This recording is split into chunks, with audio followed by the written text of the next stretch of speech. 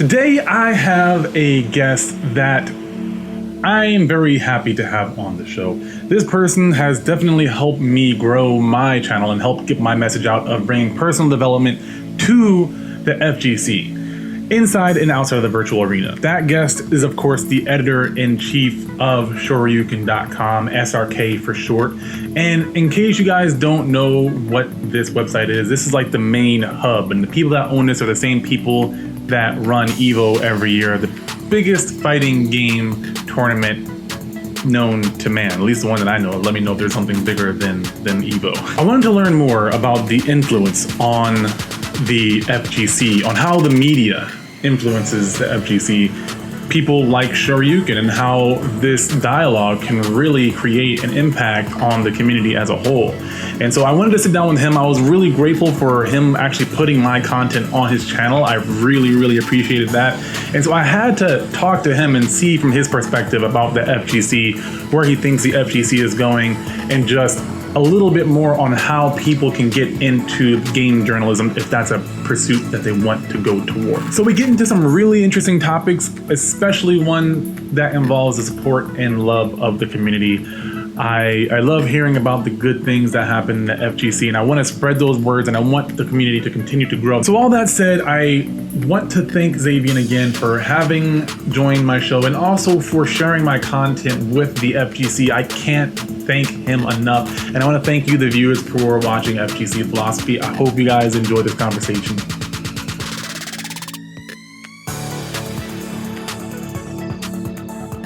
Thank you very much for having me. Yeah. Pleasure to be here. Awesome. So the first question, obviously, is how did you get started on with this website? I started by reading it. It was my daily go-to for anything like fighting game related. As to go back a step further, it would be Street Fighter 4, because I grew up as an arcade rat.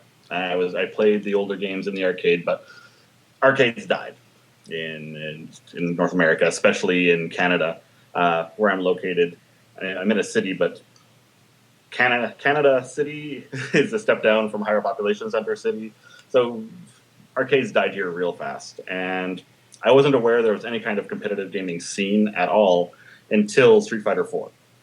When it kind of had its resurgence, I got back into the game and I started looking into it like, wow, there's actually some serious stuff going on here. Because for a majority of my life to that point, I'd been a pretty casual player of fighting games. Always a fan, but not into really any advanced play. So I started following Shoryuken.com for news and announcements as the games went on. And it's been just over a year ago now, we had the open call for writers, because we needed to bring in a bunch more writers to staff the site back up. And I went through the hiring process with that, came on as a writer. Then shortly after that, our previous editor-in-chief, Tarnit, he stepped down to deal with some educational stuff he wanted to pursue. So I took over his role, and I've been editor-in-chief since, so probably just over a year now. I love stories like that, because it's you're a fan of it. You're not just looking for a job, but you actually are a content consumer of this website. But I mean, it's been a year, but what's been your experience so far with working for this website? It's been a great experience so far. It's not a job I expected to have. I've always been interested in writing. I've always been interested in video games. I did not foresee that an opportunity would arise that I could put both of those into a profession. And it happened very quickly, because it went from, again, just being a reader of the site to applying, to writing for them. That was a trip initially. I loved it, being able to actually get paid for writing about something I loved. That's the dream, right? To do what you really care about, and actually enjoy your work. And all of a sudden, again, the editorial opportunity arose, and I was even deeper into it. And it's been the stuff I've learned about fighting games, the stuff I've learned about the community in this last year has been immense. It's opened up a lot of contacts and doors that I wasn't expecting to be passing through. And it's been wild, and I'm loving it. It's a little bit overwhelming at times. So what's been your, like, you guys have an influence on the FGC, in my opinion. Correct me if I'm wrong, but you guys are kind of like a part of a central hub to really educate and Mhm. update and all this other kind of stuff. In your experience, what have you really observed from not just being an observer, but actually being a the person that kind of runs this website? Like, how has that helped to really impact the FGC and competitive gaming as a whole? Well, I don't think that's an understatement. It's a very long-standing website. It is a central hub. The Shoryuken forums have been around pretty much as long as there has been a competitive fighting game scene, and that is pretty massive. And I've always seen it as a pretty big responsibility to the community to keep Shoryuken being the best it can be and providing what it can for that community. In terms of influence, yes, the stuff that we would run on the front page is going to influence what the FGC sees, but I almost feel like the FGC itself influences us more because it's the topics of interest, what's happening in the community is what is guiding our content. I don't see it, we being the top and it coming down. I see the community is interacting with us. Right. And we are giving back to the community, and it's a conversation, is how I see it. Huh. So when you say it's a conversation, like, I guess for better or for worse, what has that dialogue, that the dialogue kind of been in your experience?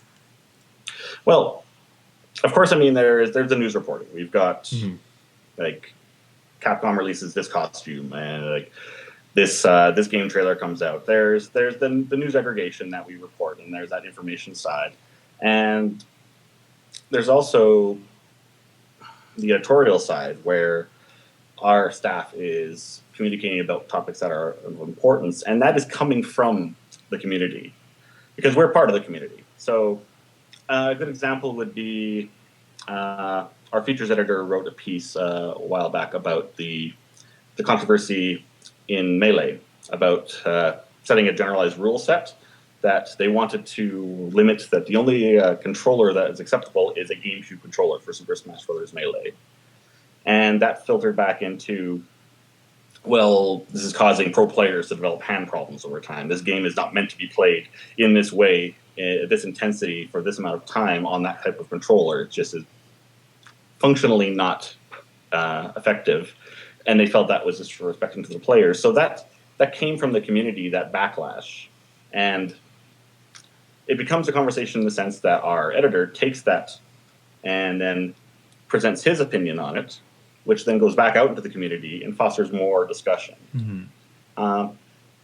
So that's what I'm looking for, and that's what I think we provide is that cycle of topics of interest in addition to just news factoids. Yeah, it kind of sounds like you shed a light on a conversation that's taken place maybe off of Shoryuken, and because it's a for us by us kind of community, you guys are all enthusiasts of fighting games, I assume. So you kind of you share that opinion, and I see where you're going with that, where it creates this dialogue, this, like you just said, and it's really interesting because there's a saying, I can't quite remember right now. It's like art imitates life and life imitates art. And I think, well, for me, I think writing is a form of expression, which is what art really is. And, it creates this, it's not a negative or a positive, but it's just a loop, where, or a cycle where someone says something and you guys put that spotlight on it, but you also share your opinion. And then that goes back out and causes possibly an influence in the dialogue, because now a new perspective is also in the spot. Two new perspectives are in the spotlight. You have the narrative, and then you also have this person's opinion, and it goes back out there. And it could really, in my opinion, I like having conversations because when you argue back and forth, it doesn't really get anything done. But when you actually have a conversation and you share that, you share your opinion, I guess subjectively would be the right word. I might have that backwards. But you share that, and you get this conversation going, and it kind of helps, hopefully helps the FGC grow in a positive direction. But speaking of which, something that I've always been curious about since I've become more fascinated with the FGC is like where the FGC is right now. I talked about this a while ago, but I kind of want to pick your brain about this because you have a different perspective on it, and it's about the maturity level of the FGC, kind of time wise and just where it is right now. And I kind of compared it to the FGC being in like the young adult to teenager phase, like the 18-year-old, because now it's starting to get some things like E-League, the Red Bull Proving Grounds, things like that. They're kind of somewhat, maturing, but it's also very grassroots. And it feels like to me that the FGC has this Toys R Us mentality of I don't want to grow up, I'm a Toys R Us kid sort of thing, which I mean, I'm not judging, but that's sometimes how it feels in certain areas. And I wanted to know, from your perspective, where do you think, like, not in like an insulting way, but where the like maturity level is of the FGC and where do you see it going? Well, that's a hard thing to answer without having a default measurement of what defines that maturity, right? Yeah. I mean, we're in that space between, I said, the grassroots and the esports. I mean, you've got part of the community where esports is a dirty word. We don't want to go anywhere near it. And you've got another part of the community, which is like, yes, this is good for the growth of JSG as a whole, to move into an esports area to get more money and more visibility, more mainstream, versus back to the other side of grassroots. Like, no, they don't want to be mainstream. They want it to be local. They want it to be like, we control everything. I don't mean that in a grasping sense. I mean that in like, they want the players to control everything. They don't want any outside organizing authority with profit on their mind to be the one calling the shots, right? And that conflict's, I think, going on as a discussion, but it doesn't seem to be having much of an effect on where esports is actually progressing. We still get, like, Red Bull is still putting on events, Evo is still growing, and I'm not saying I categorize Evo as esports, because I know at the organization level, like Joey Cuellar and the Cannons, they are deliberately making decisions to keep a grassroots element to Evo, to keep a community element to it, in addition to like drawing in more companies and like big money prizes, that kind of thing, bigger like broadcasting exposure. They're trying to get the best of both worlds. Yeah. And I think Evo does a pretty good job of it. I think most of these events are doing a pretty good job of it, because I think as long as the intention to keep a grassroots connection is there and steps are taken to preserve it, you don't really lose it. Now, in terms of maturity, I think social media also plays a part, because social media in itself is a whole different animal in the way people communicate. Mm-hmm. And you can see very mature, very effective communication, and you can see absolute toxic idiocy.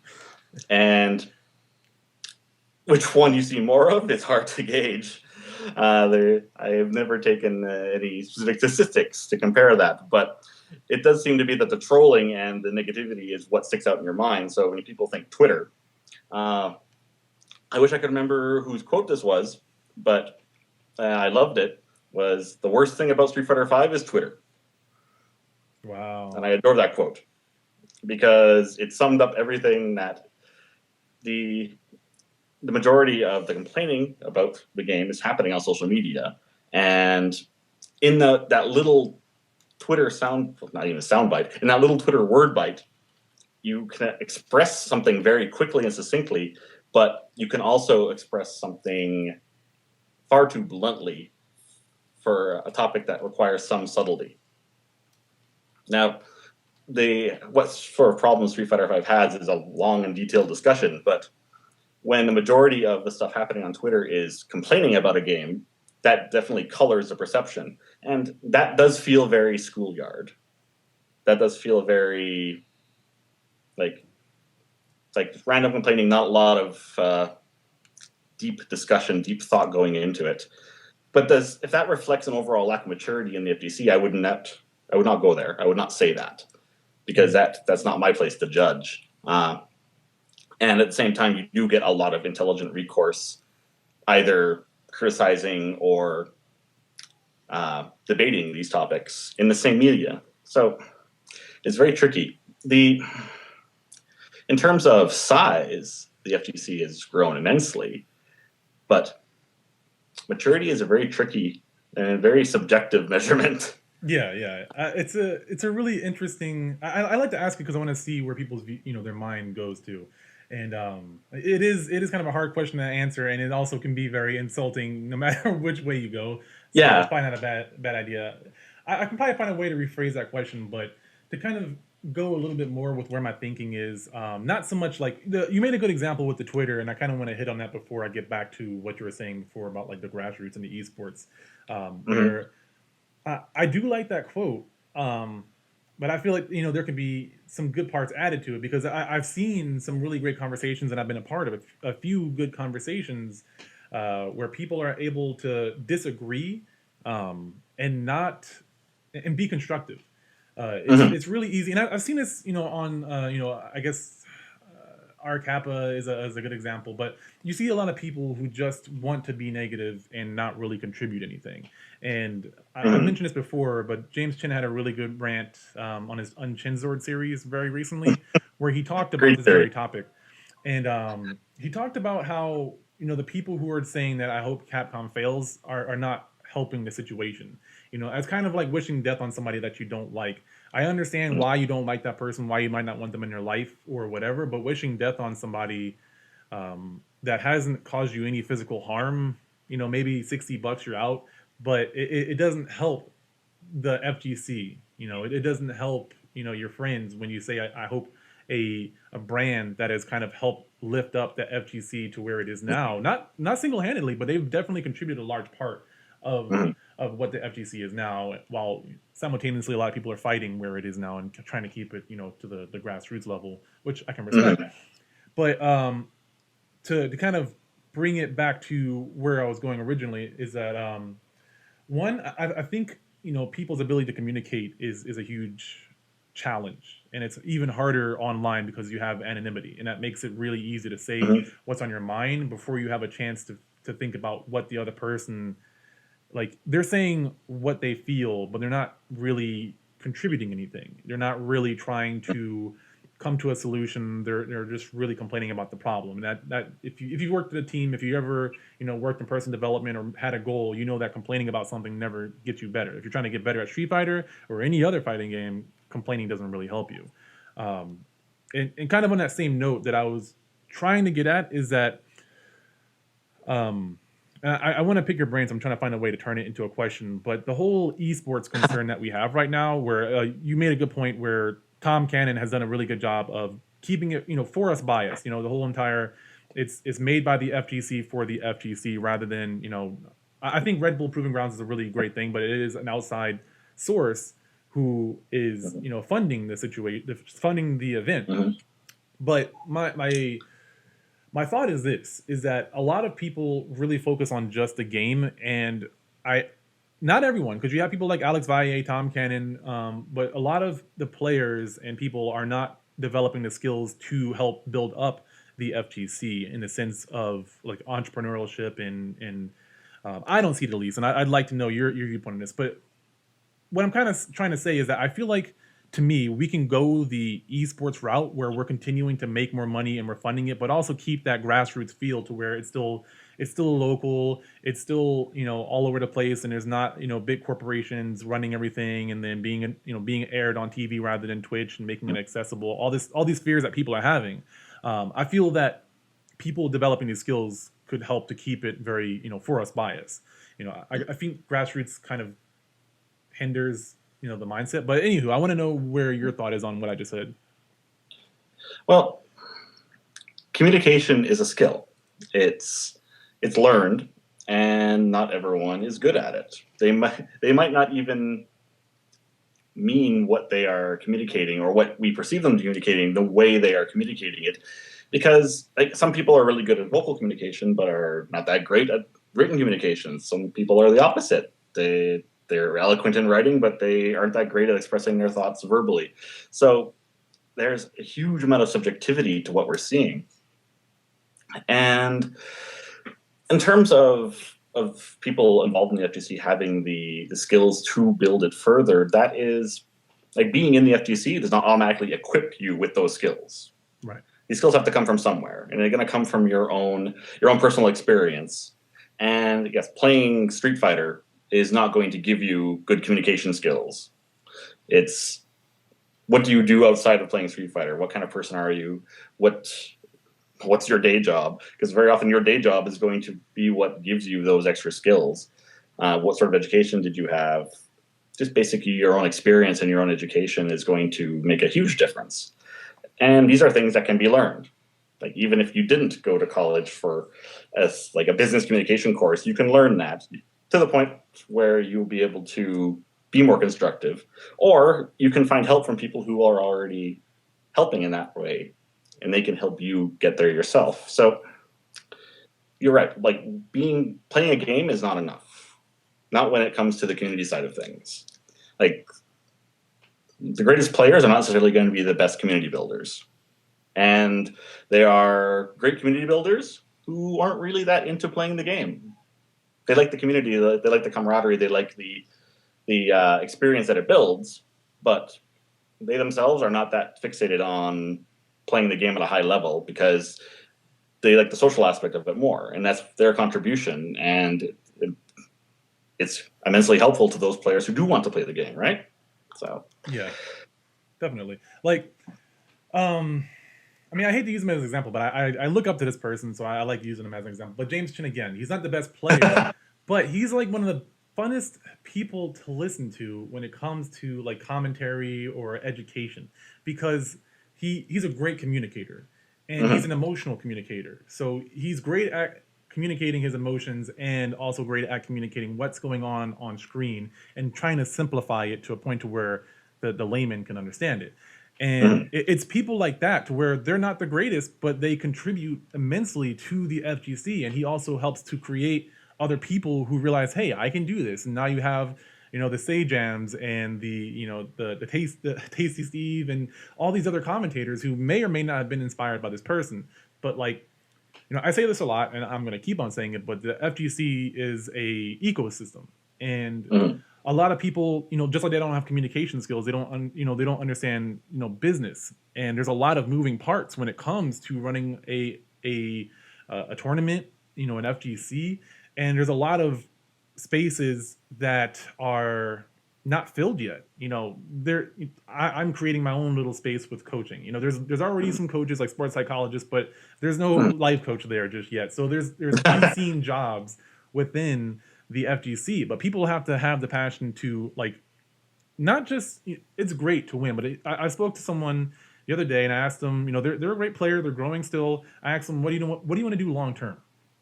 And he was like, I want to stay in the FGC. I want to keep winning, but I would also like to stream more. I'd like to maybe make YouTube videos and find a way to monetize myself inside of the FGC essentially. And I'm like, that's doable. But how are you going to do that? And what are you doing right now to get to that point? Because, just like improving at fighting games, you have to cultivate those skills. It's not just like, okay, I'm a great player, time to monetize myself. No, you have to learn how to, if you want to get sponsorships, how do you communicate to the point to where you can do that? How do you, how much do you know about sponsorships? How are you going to monetize YouTube? What kind of brand do you have? Is there anything that you can do? Do you have a schedule for Twitch? There's all these other like micro skills that, people have these desires. They're saying, and they want to stay with the FGC. They don't want to get a quote unquote normal job, a 9 to 5, which I agree with personally, but I understand. But I don't see that same level of passion for, again, it's not a bad thing. I was like this for like most of my life, for a good 3/4 of my life. So I'm not bashing these people, but my point is that obviously, you love fighting games. You contribute to the FGC, which is why I wanted to have you on the show, because you're a huge influence on the FGC. You and ShoryuKen.com, you're a huge influence to me because you've helped me grow my channel a lot, which I greatly appreciate, by the way. But yeah, I mean, when it comes to developing those skills, I guess for you, what's your advice? You can talk specifically about, stuff like Shoryuken, like how someone could get to contribute on there, but also just how do they contribute to the FGC? Again, the first step is recognizing that skills are needed, right? And something that came to mind while we were talking about this is that fighting games themselves are so in depth already as a gaming genre, as something to get into and to learn. They're so deep already that I think the focus on playing them is very easy to pour 100% of your focus into that.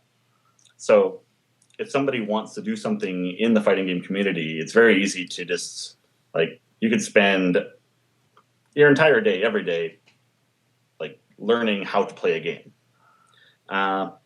And if they do want to go somewhere outside of that, then yes, they need to recognize that there is some more skills that they may not have to market themselves, to make those connections, to network, to reach an audience that they can monetize from, right? And once that's recognized, it's just like any other skill. I mean, if you want to learn to write, you read, you get advice from writers. If you want to learn how to fix computers, you go to school and you have somebody who does this for a living teach you how to fix computers, right? So you need some form of mentorship, or you need to take it upon yourself to learn those skills through a more passive method, either through like self-teaching, by like straight up experimentation, learning by doing, or by actually seeking an educational source. And for some of these skills, I mean, the educational source is kind of cryptic. I mean, how do you learn to communicate? How do you learn to effectively like stream? The only real source for that right now is to look at other streamers and talk to other streamers, right? And that pulls us back to community, because I feel if as long as you stay connected to the community, if you want to stream, if you want to do commentary, then you find a commentator who is successful that you admire, and you chat them up and you learn from their success. Like, what do they do? What did they have to do to reach the level they're at? That's the way I see it. Yeah. I think you hit on a good point that you didn't quite say, but you kind of did, and it's very valid to fighting games, like in and out of the virtual arena. But basically, your comfort zone is the name that you'd put on it, and I love the saying that your comfort zone is your broke zone. It's an entrepreneurial saying that people say, because I work in sales, and you have to walk up to these people and learn how to build a relationship with them. And for a lot of people, I'm an introvert. I am naturally an introvert. So for me to walk to business owners and start talking to them to the point to where they want to work with me is, that was a hard hurdle to get by. But I've worked in sales for like 8 years now, and you develop this tougher skin. It's almost like the old school arcade mentality where you get bopped a bunch of times and you get better and you get comfortable with getting bopped. Now, at the same time, just like with the arcade mentality, there's way more efficient ways to learn. So you still need to get out of your comfort zone, get bopped a bunch of times, or get a bunch of no's if you work in sales. And then you also need to go back, review it, talk to mentors, go online, YouTube. YouTube and Google are both great resources to learn these things. But back to my point is that, like, a lot of people, and this applies to actually learning fighting games too, is that people have a hard time getting out of their comfort zone. For example, a lot of people in Street Fighter do what they know, and then they hit this wall, and they don't grow anymore as a player, and they complain about ranked, and they complain about these players who are like, I should be able to beat this person. Like, if you've ever said that, then you're probably not doing something to get out of your comfort zone to learn some new skills. Because if you know that you can beat this person, but they're still beating you, there's some sort of gap in your competency and your skill level. You need both to be on the same level to perform. So if your competency is higher than your actual skill set, then you know that you're getting beaten. You should be able to beat this person because your knowledge is up here, but you haven't done the work, put in the time properly. You can put in hours and hours. Like, I use this analogy a lot, but everyone drives all the time. If you're familiar with Max Gladwell, I can't think of his name right now.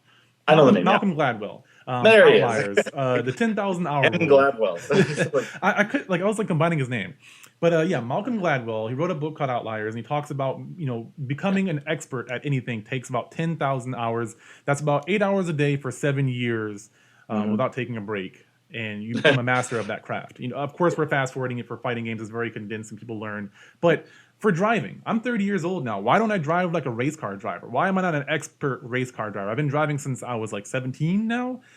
That's because there's a plateau, and it's called the OK plateau, that people hit, and they get just good enough to beat the people around them, or they get just good enough to do a job so that you don't get fired, or you do just good enough to maintain a relationship that you're in, but you don't do anything extra to grow that relationship. And so these things become stagnant. You hit a wall, you don't grow. That's at your comfort zone because you're not doing something new. You're not willing to get out of your, that shell. The longer you stay there, the harder it gets to break out of it. Mhm. And just like with learning a game, people who want to grow, within the FGC, who want to monetize themselves in some way, who want to make money within the FGC in some form or fashion, they have to start getting out of their comfort zone. Yeah, and the term comfort zone is very apt because what that makes me think of is that you can get comfortable with losing. Oh yeah. You might not know you're comfortable with losing. You might want to win, but do you want to put in the work to change and grow to win? It's a different thing to actually want to win, to actually want to learn a new skill, and actually do something about it. And yeah, where you're at becomes deceptively comfortable. And I mean, again, another introvert. I've have to push myself out of my comfort zone constantly over the past year to make sure I could make these connections in my job, to do my job better, to go out to these events and talk to people who, yeah, I saw them on YouTube. I've read their stuff. I've watched their videos, but they're a total stranger. I'm a total stranger. And it can be terrifying. It can be terrifying to go up to somebody who you admire and introduce yourself because there's a fear of rejection, there's a fear of dismissal. Not to mention that, what if they don't dismiss you? Then something has to happen. Now, all of a sudden, now it's like, whoa, okay, now I have to do something with this. That can be mind-numbingly terrifying. And yeah, it's interesting how the topic we're talking about, fighting games, can be a very good analogy for the same topic that we're relating to fighting games. Oh yeah, it's meta. I see. I love it. I mean, I love philosophy. I love thinking about this kind of stuff because the reason that I believe that fighting games are a great analogy for life is because I'm an example. I used to be 300 pounds, and fighting games are a huge reason as to why I lost weight because I learned how to practice playing Ultimate Marvel vs. Capcom 3. So like for me, like it's very literal because I've experienced it in different ways. I've learned how to manage my money from video games. I've learned how to have the concept of like Oblivion and Skyrim, the Elder Scrolls series. Like when I started getting into personal development, I was like, holy crap! Like, yeah, of course I would have communication skills. Why wouldn't I have a bar to level it up? I do it. Everything you do in the Elder Scrolls series, the newer they get, the less they kind of take away more. But like if you look at Morrowind, everything you do in that game levels up. If you do it more and you challenge yourself and you sneak more, you communicate more, you barter more, it gets better. Why wouldn't it? Because you have to work on it to make it get better.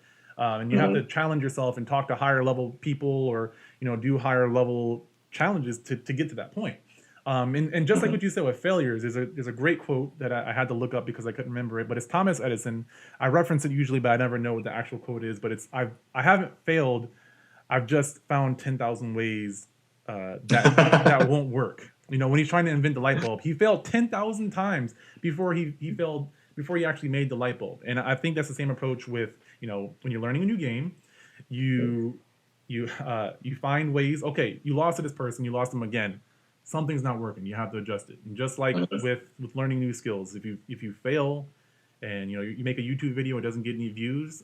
I mean, you have to acknowledge that it is you, but what about you is it? Is it the actual content? Is it your SEO? Is it, all these other factors that can play into it? You have to learn and critique yourself, get outside critiques, and really look at it objectively rather than trying to, put your ego in it. So I think, yeah, you're spot on with what you're talking about. So another question that I had here, it's actually from a friend of mine. I'd like to have at least one or two community questions here. Okay. But you kind of talked on this a little bit, but what advice would you have for someone who wanted to join the show where you can on like a business level? As a contributor, contact me. Contact me through Twitter. Contact me through SRK Tips, and we'll talk. That's pretty much all there is for it. And based on what you bring to the table at that point, the conversation is going to go one of a few different ways. But basically, yes, it comes down to what do you want to do, and is it something that we want to signal boost? Is it something that we want to put out there and share through our site.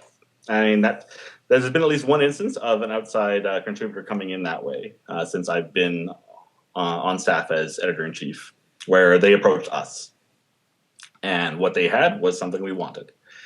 But, I mean, how did I get on board? I followed the site, and the opportunity to approach it arose. And still, I had to act on it. I had to actually put my name in the hat for, it's like, yes, I want to apply for a writing position. And there was a vetting process from that point on. There was an interview process. I had to demonstrate that I could write up to the level that we needed. So if you feel your skills are already at an industry standard, go ahead and email me. If you feel that they aren't, I mean, if I have time, I'll happily advise. And there's lots of resources out there to learn to write, either write in terms of like news posts or editorial posts or whatever. There's so many ways. Now on the business side, again, it comes down to if you have a service that you feel Shoryuken needs or that you want to associate with Shoryuken, same thing, you need to approach us and we would talk. I can't say there's anything specifically we're looking for. That if you have this trait, if you have this skill, if you have this service, this particular thing, then yeah, we're gonna like glom onto you and like, yeah, we want that. Because our staff is in a pretty good position right now where we're kind of handling everything we can handle. And it applies to the site and everything as well. We do what we can, but we're always open to hearing from the community as to what people want to contribute and what people want to see. So talk to us. We are pretty open to communications. Like if you email me, I will respond. I can Unless personally vouch for that. I can vouch for that because I just sent him an email one day and he replied and I was like, oh, okay, like that's awesome. So I mean, yeah, to add on to what you're saying, I think just trying, just trying to reach out. I think in that we're good. If I interject, I mean the crew we have now of writers all come from very different backgrounds, very different education and experience levels. And so it's really hard to say that there is a checklist of like, to write for Shoryuken you need this, because I think with any kind of creative endeavor, and I see this, it's a professional and it's also a creative side. To be able to write well, it takes an element of creativity. It takes that certain spark. Well, if you have that, then other things can be improved. That's the whole point of editors. When I finally started writing and editing professionally, it was kind of surprising to me to learn what professional writing was like. Because when I've wanted to write all sorts of things, and I have done a little bit here and there throughout my life, but the perception in my mind always was that if my writing isn't perfect, if it doesn't fit some ideal that I held for myself, then it's worthless. Then there's no point trying to submit it. There's no point trying to work with it. And what I learned was like, no, that's why there's such a thing as editors. That's why there are people out there who can help. You need to have a minimum level of competency, because if the copy you turn in is unworkable or is it's going to take far too much work to fix, then you're obviously not up to that skill level. But it wasn't as high as I thought it would be. It didn't live up to the ideal that I held in my head of perfection. Yeah. That was a bit of a surprise to me, the difference between the actual professional reality and this ideal that I thought I had to meet. Yeah. To add on to that, I did writing for a few websites, and I had that same mindset that you're talking about, and I just remember trying so hard. Like I would have my girlfriend at the time proofread it like multiple times before I ever submitted it. And then if I ever got it sent back, like this is the first company that I worked for, like if they ever sent it back, I was like, oh my God, what's wrong with me? Like why can't I get this right? And then like it wasn't years later on, because like I was very passionate about games. I'll be honest, like in English class, I usually failed because I didn't pay attention in class, and it wasn't years later that I actually started studying how to properly like write an essay or the Hmm. structure of that, and found that there's actually very big similarities to actual just traditional art. But that's probably later on another topic. But um, Hmm. but yeah, like when I started writing for another website, this person like he was less cold and like gave me more constructive feedback, and like he made me stop being so hard on myself. Like he was like, "What you're saying is really good. Like the points you're trying to make are good, but you just need to understand how to structure the sentence a little bit. You know, your sentences and your overall like your body a lot better, and make your introduction more enticing." And slowly but surely, I had to learn all these. You know, I'm not great at it now. Don't get me wrong, but I understand like the concept of it, of all these micro skills. And again, like Street Fighter, you know, or any fighting game, you know, you have your footsies, your combos. You know, combos are a combination of like a bunch of different, you know, sub skills. You have to understand how footsies work. You have to understand the individual buttons that you're pressing, unless they're like dial combos, because it's a little bit different.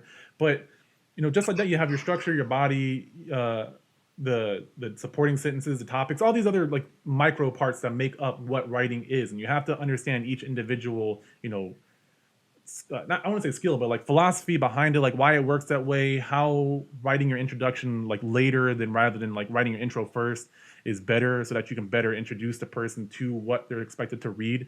And at least that's my mindset around it. But yeah, over time I realized that okay, let me just get the idea out first, then Hmm. let me go back and structure it, then let me go back and like read the structure of it and see how it flows. Then let me go back and like add more features to it, and let me add more details to it, and then let me just edit a few things, because you know this isn't, you know, this sentence could be restructured a little bit better. You know, I can take out this word. You know, some of this is fluff. You know, depending on your writing style or what you want to the point you kind of convey. But yeah, you realize that you don't have to be so hard on yourself, because it takes practice. And again, that's what an editor is for. You know, they look at it, and depending on, you know, I can't vouch for every website and how strict some are and some aren't. But in my experience, yeah, it's been very much the same. In that same light, we kind of covered it a little bit, but you know, I'd like a little bit more advice just in general with writing. You know, if people want to be a esports journalist or a fighting FGC journalist, um, what else could you tell them to help them get started? Whatever it is that they like about the community, about the game, they need to lean into it. If you want to write about esports, you need to get out there and be involved in esports. And I don't mean by play a game. I mean go to events and talk to people who are playing the game. Follow the passion. It's all about the passion, right? If there's no passion, then there's your work is going to be boring. It's why are you even doing it? It's you need to have a drive for it. You wouldn't even want to do it if you. Like, I don't think anyone's trying to thinking I want to be an esports reporter because like the big bucks are in it. There, if you want to write in esports, if you want to write about Street Fighter, it's because you love Street Fighter, or tangentially, or also like or including you love Street Fighter players, so you want to be part of that community. So being involved in the community, it all comes back to the C in FGC. It's if you are there, the community is going to give you the support you need to follow those passions if you engage it. I mean, Twitter trolls aside, the amount of people in the FGC that are so supportive of everyone else in terms of them learning to play as well as learning to do other things that are connected to the community has always impressed me. It seems to be, I won't say it's unique to the FGC, but it seems disproportionate to a lot of other communities, and it almost ironic considering it's a community based upon competition. Like it really harkens back to, it carries forth like you've mentioned before, like martial arts background, that classic martial arts philosophy of rivalry and improving through competing with each other. It all comes back to Ken and Ryu, right? Yeah. And the eternal rival. And the best parts of the FGC that I see is always eternal rivalry. Everyone wants to get better at what they like to do, and everyone wants to help everyone else get better at what they like to do, so that they can also get better at what they like to do.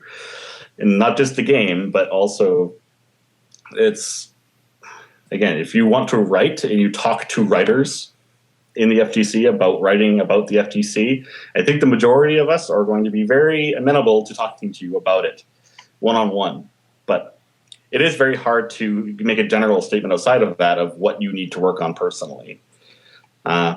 Just like engage, be with the community. Sounds like good advice. That's the way I see it. Yeah. I feel like we could have more of a conversation, but I want to be respectful of your time. Everyone knows shoryuken.com. I mean, if you don't, then, I don't know what you're watching, how you found this, but, if they want to talk to you directly, what's, whether just to talk to you, and thank you for your content, or reach out and they want to be a contributor, whatever the reason may be, how can they reach you directly? Anything sent to the SRK tip line on our homepage, I see. That goes through me. So I can see like news tips and I can assign them to writers as needed. But so if you have no other way to contact me, you can reach me there. And I am also on Twitter at Mushin_Z. You probably include it in the comments. Yeah. And my DMs are open. Talk to me there. That's probably the easiest and quickest way to reach me is that I was a bit surprised about how potent a networking tool Twitter is now, as Facebook seems to kind of fade. But the amount of professional discussion I've had on Twitter is kind of alarming for something that for most years I wrote off as being kind of like just silly social media, like cat picture stuff. That makes me sound kind of dated, but I didn't have much interest in Twitter until I started using it to actually talk to people about work-related things. I agree with you, though. I'm the same way. I think that I thought that Twitter was stupid. But I think you're the first person that I have not actually, you and Hollywood Sleep are the only two people that I didn't talk to on Twitter. Like, even James Chen is like, I sent him a message because a guy named Spencer Alissi, he has a podcast called The Esports Narrative. Pretty cool. Check that out. I actually will be on a later episode, but he told me just to like message James Chen. He had him on his show. I was like, how'd you get him on your show? He's like, I just sent him a message on Twitter. And I sent a message and like a couple hours later, he was like, yeah, sure, I'd love to. And I'm like, oh, okay. So sometimes all you have to do is just ask, but Twitter is definitely the fastest way to do so, especially if you leave their DMs open. I'm not going to say who does and doesn't, but just try it. Even those who don't, like in events where DMs aren't open, like a tweet, like at whoever you want to talk to, is often good enough to get someone's attention and get into that conversation. Yep. I really appreciate that about our community, and that in the sense that most of the people are quite accessible. And that is, I think, an element of the grassroots that persists, is that most people who are out there doing things want to be able to talk to the community as much as they are able. That's something we definitely need to hang on to. Hence, DMs open. I couldn't agree more. And that said, thank you so much for coming on the show. I think it's been a long time coming, but I am very appreciative. You've done a lot for me. I think you and the website have done a lot for the FGC. Tom Cannon has as well. So, like, thank all of you guys. And of course, check out shoryuken.com if you don't know what that is. It's a great hub. Maybe you're new to the FGC and you're just getting into this. I have some viewers who aren't super big into it, so maybe you haven't heard of it. Check it out because it's a great place to learn. It's a great place to see what's going on in the FGC, and it's just a quick one-stop shop for almost anything FGC related. So that said, I'll see you guys in the next one, and again, thank you for joining. My pleasure. Thank you for having me.